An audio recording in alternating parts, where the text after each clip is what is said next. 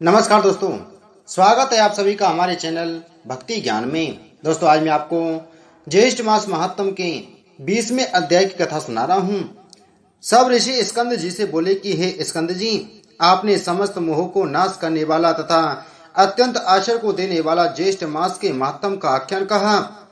वह योगियों का गम्य सनातन साक्षात परम ब्रह्म शत्रु के संहार के निमित्त एकादशी के प्रभाव से वहां पर आए, जो पर ब्रह्म वचन से भी नहीं कहा जा सकता।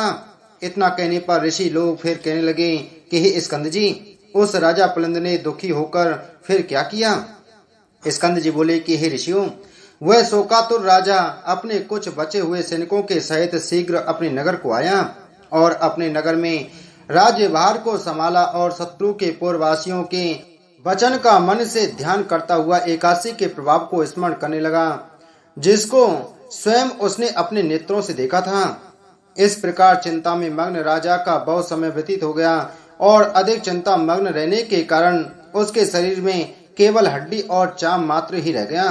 तब राजा पुलंद ने अपने पुत्र को राज्य देकर स्वयं अपनी स्त्री को साथ लेकर वन को चला गया और वहां जाकर वानप्रस्थ आश्रम ग्रहण कर लिया।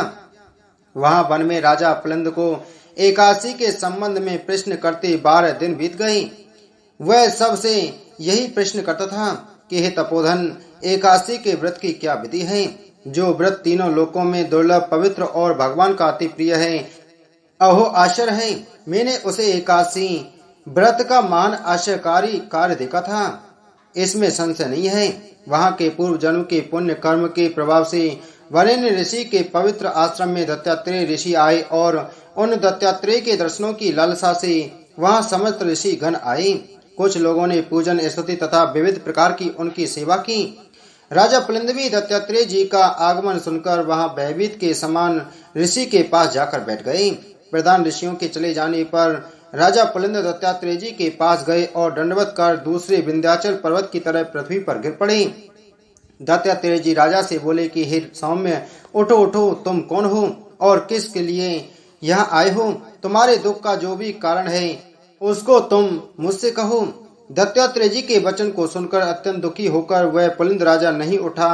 तब उस राजा को दत्तात्रेय जी ने स्वयं अपने हाथ से उठाया। राज श्रेष्ठ पुलिंद ने उठकर दत्तात्रेय जी को अति सुंदर हृदय जानकर कहा कि हे जगती तल विख्यात राजा पुलिंद हूँ।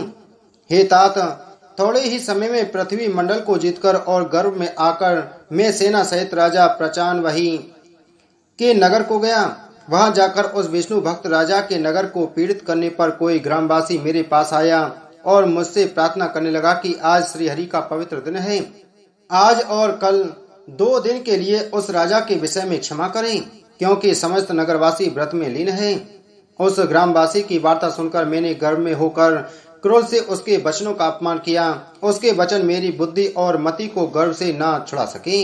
इसके पश्चात सूर्यास्त हो जाने पर असंख्य विष्णु दूत अनेक रूपों में वहां आकर युद्ध करने लगे।